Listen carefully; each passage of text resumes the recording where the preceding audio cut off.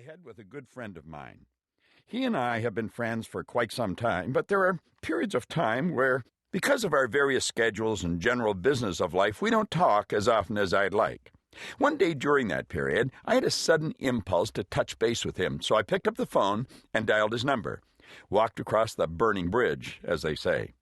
We had a great time catching up, and during the course of our talk, he happened to mention that he was thinking about putting his house up for sale. I was surprised because I knew how much he loved that place. I didn't press it at first, and he didn't offer any explanation. But after a while, I couldn't resist, and I asked him why he was giving up the house. A bit reluctantly, he shared with me the fact that he was having a tough time making his business work in a profitable enough way, and he was thinking of moving into a smaller place. He began to justify how, with the kids growing up, it's too big a place for he and his wife anyway. He said he was gearing up to sell his house because he just couldn't afford it any longer. At the time, I didn't know the intricacies of his finances, but I did know that he was an extremely bright and talented guy. I also knew that his house was a deeply meaningful symbol of success and achievement for him. He lives in a really nice, affluent area. So I said, stop.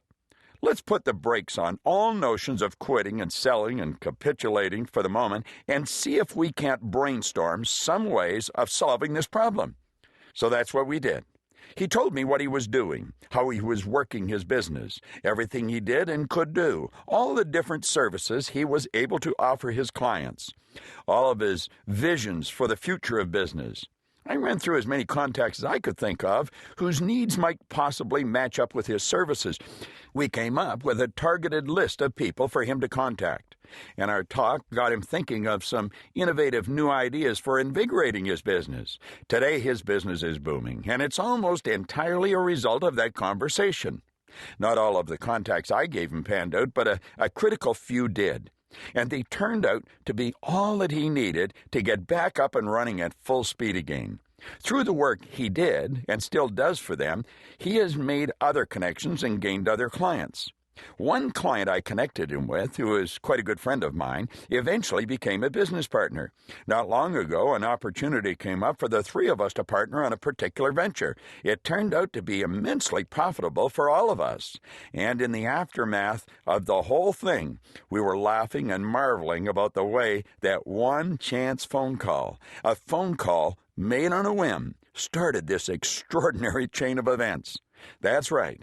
I said, if it weren't for that problem you had, we wouldn't be sitting here today enjoying this wonderful success story. It's the links of life, one thing leading to another and another and another. We've all got stories like this, the chance conversation that leads to an unexpected opportunity, the mistake that sets someone on a completely different and far better path of life. How many relationships have their origins in a seemingly accidental occurrence? How many inventions? How many partnerships? How many breakthroughs? People often describe a story like the one I had just shared with you as serendipitous, by which they mean something governed by fate, something beyond the control of the person involved. And they're exactly right. As a matter of fact, they don't realize just how right they are.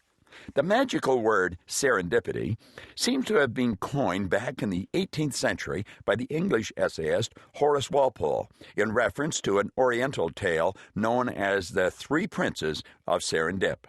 As the ancient story goes, the great philosopher king of the country of Serendipo had three beloved sons. Wanting them to be wise as well as powerful, he sent them off as young children to be trained and tutored by the best scholars from every field of human endeavor. When his sons returned to him as young adults, he was astonished by the combination of brilliance and humility they displayed. In order to complete their education, he decided to send them out into the world to gain empirical experience. He pretends to banish his sons from the kingdom in a fit of anger, so they set off in search of a new kingdom in which to establish themselves and begin their new lives.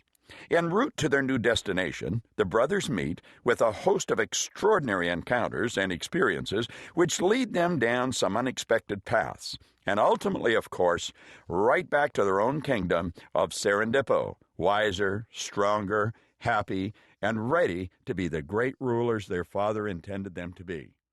In relating to a